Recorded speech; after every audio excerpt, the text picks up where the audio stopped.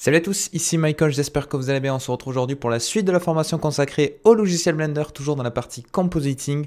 Aujourd'hui, on va voir comment faire un focus de caméra qu'on peut faire dynamique en l'animant grâce au compositing. Parce qu'on avait déjà vu comment faire de depth of field directement avec les paramétrages de caméra et de rendu. Là, tout va se faire en compo. Alors, on a besoin de quoi pour faire ceci? On a besoin d'une passe spécifique de profondeur qu'on peut appeler depth ou qu'on peut également appeler Z dans Blender. À ne pas confondre avec la passe de Mist qui est un petit peu différente. Je vous en parlerai très rapidement en fin de vidéo si j'y pense. Sinon, je vous en reparlerai dans des lives ou autres. Donc, comment on va faire? Il faut activer cette fameuse passe de Z. Vous avez la chance à l'activer par défaut. Si vous allez ici dans les passes, vous avez le Combined et vous avez le Z qui est coché. Donc ça fait quoi? Si je fais un F12, ça va faire un rendu comme d'habitude. Donc vous allez voir que j'ai fait une scène toute simple. J'ai quelques objets éparpillés à droite à gauche avec bien évidemment une distance différente en fonction de la position de ma caméra pour pas avoir tout qui se superpose au début. Donc vous voyez, j'ai ceci. Et en haut à droite, j'ai le Combine et j'ai le Depth qui est donc la Z. Vous voyez, on voit pas grand chose au début. On voit une silhouette un petit peu qui se dessine ici en forme de Suzanne qui était présente juste devant notre caméra, mais c'est pas top. Alors tout ça, on va le traiter en compositing. Comment je vais faire? Je vais ouvrir comme d'habitude le compositor. Là, j'ai eu beaucoup de retours de personnes qui me disent dans les commentaires, moi j'ouvre mon compositor, il n'y a rien qui est affiché, c'est normal. Il y a deux choses à faire. La première, c'est cliquer sur Use Nodes. Ça permet d'indiquer à Blender qu'on veut travailler dans le compositor en utilisant le système nodal, qui est le système par défaut de Blender dans le compositor. Donc on va bien avoir mes render layers et mon composite qui est ma sortie. Et pour afficher en temps réel ce qu'on voit derrière avec une node viewer, que je vais rajouter de suite avec Shift A. Et là je vais taper viewer, je vais la sélectionner et je vais la mettre ici et relier mon image. Là également par défaut on ne voit rien, il vous suffit de cliquer sur le backdrop et automatiquement ça va vous afficher le rendu. Alors pour que ce soit un petit peu plus lisible, je vais travailler comme ceci. On va vraiment s'intéresser sur la partie du bas là, de mon rendu dans un premier temps pour faire le focus sur la tête verte et ensuite on verra comment gérer ceci. Alors je vous ai dit qu'il y avait une passe de profondeur de depth qui a été générée par Blender. Donc qu'est-ce qui se passe si directement je la relie à mon image? On a ceci. Donc on a exactement le même rendu visuel que j'avais tout à l'heure dans l'exploration de mes passes, vous savez dans le render layer, j'ai la silhouette qui se dessine. Mais en fait on a un souci, c'est que ma passe de depth par défaut, elle n'est pas normalisée. C'est-à-dire qu'on va avoir des valeurs très très grandes, mais pas forcément des valeurs allant de 0 à 1. Nous, ce qu'on voudrait faire, c'est réduire tout ça pour avoir des valeurs qui vont être convertir de 0 à 1. Un petit peu comme en mathématiques, quand vous faites une loi que vous centrez, que vous réduisez, une loi centrée réduite, vous ramenez toutes les valeurs entre 0 et 1, mais c'est exactement ce qu'on va faire ici. C'est-à-dire que Blender, il va prendre la plus petite valeur de mon image, donc là je pense qu'elle est vers le bas, et il va me dire que ça c'est du 0, et la plus grande valeur de mon image, il va dire que c'est du 1. Comme ça, il va repallier tout ça, redécaler toutes les valeurs, et les définir sur du 0, 1. Alors comment je fais pour faire ça? C'est une node qui permet de le faire. On appelle ça une normalisation des données. Donc je vais chercher normalized. Voilà, je vais le mettre juste ici. Et hop là. Vous voyez, là on a quelque chose qui est beaucoup plus propre. Et là, c'est facilement exploitable. On peut déjà s'apercevoir un petit peu comment ça a fonctionné. On voit qu'on a bien dégradé avec des valeurs proches et des valeurs lointaines. Donc plus les valeurs vont être sombres, plus ça veut dire que l'objet est proche de la caméra. Et plus ça va être clair, plus ça veut dire que les objets sont loin de la caméra. Ok? Donc une fois qu'on a fait notre normalisation, on peut facilement rajouter un focus sur notre caméra. Alors pour rajouter un focus, on va rajouter une node qui s'appelle défocus. Donc Shift A, je cherche un défocus. Je vais le relier ici d'une manière un petit peu particulière. Si je clique là, automatiquement il ne me fait pas la bonne chose. Il faudrait que ce soit mon image qui rentre ici dans ma node image juste là. Vous voyez là on retombe bien sur mon image de base. Et mon normalize, ça va être dans le Z. Hop là. Vous voyez, par défaut, il ne se passe pas grand-chose. Pourquoi? Parce qu'on doit indiquer à Blender d'accentuer un petit peu ce défocus. Pour accentuer ça, c'est le Z-Scale qui est présent juste là. Donc, si je le mets à 1, vous voyez, on n'a pas de focus qui se fait. Si je le mets à 50, vous allez voir que de suite, c'est un petit peu plus intéressant. On a le focus qui se crée. Alors, on a l'impression qu'il se fait ici sur la tête verte de singe, mais pas tout à fait. Vous voyez, elle est un petit peu floutée. Alors, comment je fais pour voir précisément où va s'effectuer le focus? Mais en fait, j'ai un autre angular d'activer, donc je peux faire CTRL-SHIFT-clic sur Normalized, ou alors je prends la sortie et je le relie à l'image. Voilà, deux possibilités. Vous voyez que le focus va se faire là où la valeur est proche de 0. Donc là où elle est noire sur mon image, c'est-à-dire exactement ici. Et plus on va aller vers du blanc, plus on va avoir quelque chose de flouté. Ok? Alors, le but, ça va être de décaler en fait cette valeur noir là où je veux sur mon image pour avoir quelque chose d'intéressant. Alors comment je fais ça? Alors pour faire ça, c'est pas compliqué. On va utiliser une color ramp. Donc, je vais la mettre ici. Je vais juste relier ça, hop là, comme ceci. Et la color ramp, je vais la mettre entre mon normalized et mon Z. Et maintenant, je peux le réafficher dans l'image pour bien voir ce qui se passe. Qu'est-ce qui se passe si je touche un petit peu au poignet? Vous voyez que je vais pouvoir décaler mes valeurs. Donc ça, c'est super intéressant parce que en temps réel, je vais pouvoir changer le focus. Donc d'abord, je vous montre ce que ça donne en noir et blanc.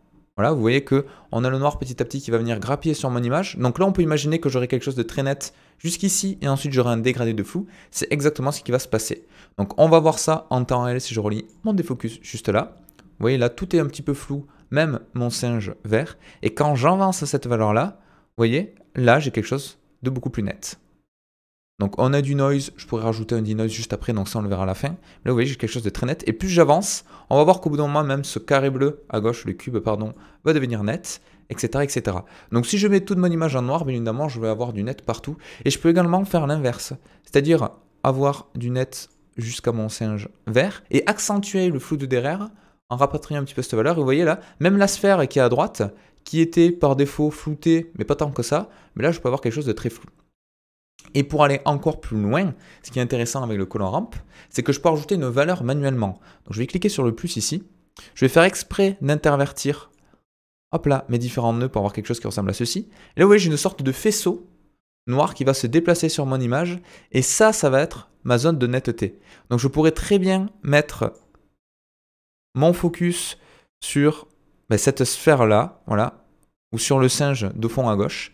Et là, si je retourne sur ma note de focus, vous voyez, mais que j'ai uniquement cette partie-là qui est nette. Donc en fait, ça va faire quoi? Ça va faire du flou, du net et à nouveau du flou. Voilà, donc c'est vraiment à vous, vous pouvez faire ce que vous voulez.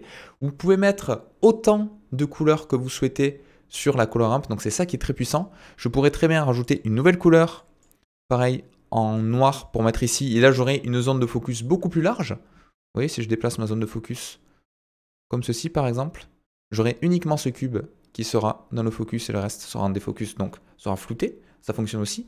Et pour aller encore plus loin, je pourrais également, au milieu de ces deux valeurs, rajouter du blanc. Comme ça, je peux avoir quelque chose qui va faire, alors là c'est un petit peu plus compliqué à comprendre, mais c'est le même principe que tout à l'heure. J'aurai du flou, du net avec la zone noire, du flou avec la zone blanche et à nouveau du net avec la zone noire. Donc là, j'aurai à peu près cette sphère de net, ainsi que celle présente ici.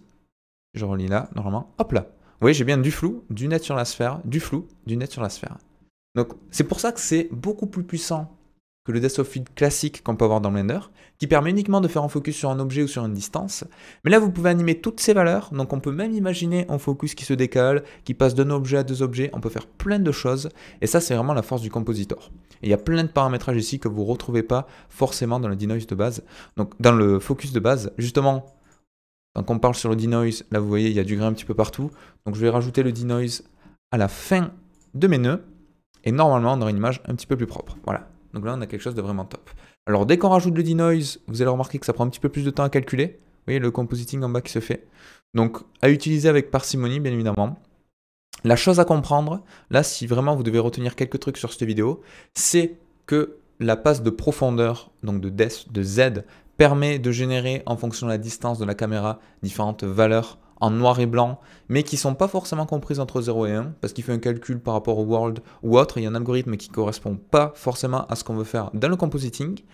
Donc une fois qu'on a ça, on est obligé de normaliser les valeurs pour qu'ils prennent la valeur la plus petite qui la mette à 0, la valeur la plus grande qui la mette à 1, et qui viennent dispatcher toutes les valeurs de manière linéaire entre cet intervalle de 0 et 1 pour pouvoir les travailler correctement. Et pour aller encore un petit peu plus loin, tout ce qui va être noir sur ma sortie va être forcément net, et tout ce qui va être blanc va subir le défocus, donc il va être flouté.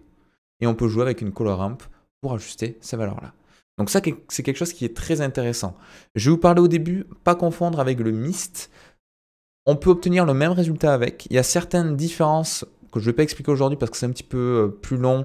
Notamment, il y a des valeurs qui sont aliasées, qui vont subir de l'anti-aliasing d'autres nodes. Donc c'est un petit peu plus complexe. Mais sachez qu'il y a une alternative également qui s'appelle le mist, que vous pouvez activer directement en temps réel dans la render pass. Si vous cliquez ici, donc vous voyez, je suis allé dans le rendu, petite flèche vers la droite. Render pass, je me mets en mist. Et là, vous voyez, j'ai également du noir et blanc qui est généré. Donc là, l'avantage, c'est qu'il est normalisé par défaut. Donc c'est basé sur certaines valeurs de caméra, on peut l'afficher directement dans la vue 3D. Mais voilà, sachez que c'est également une alternative. Moi, je préfère vous montrer avec le DES, avec le Z, parce que c'est celle que j'utilise à chaque fois.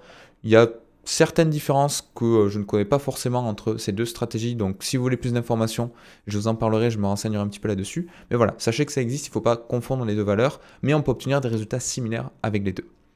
Donc c'est tout pour aujourd'hui, j'espère que ça vous aura plu. Donc maintenant vous savez faire du Depth of Field à la fois avec les paramétrages de caméra directement en temps réel dans Blender en activant le Depth of Field, qui a pour avantage d'être très rapide, hein, du moins en termes de paramétrage.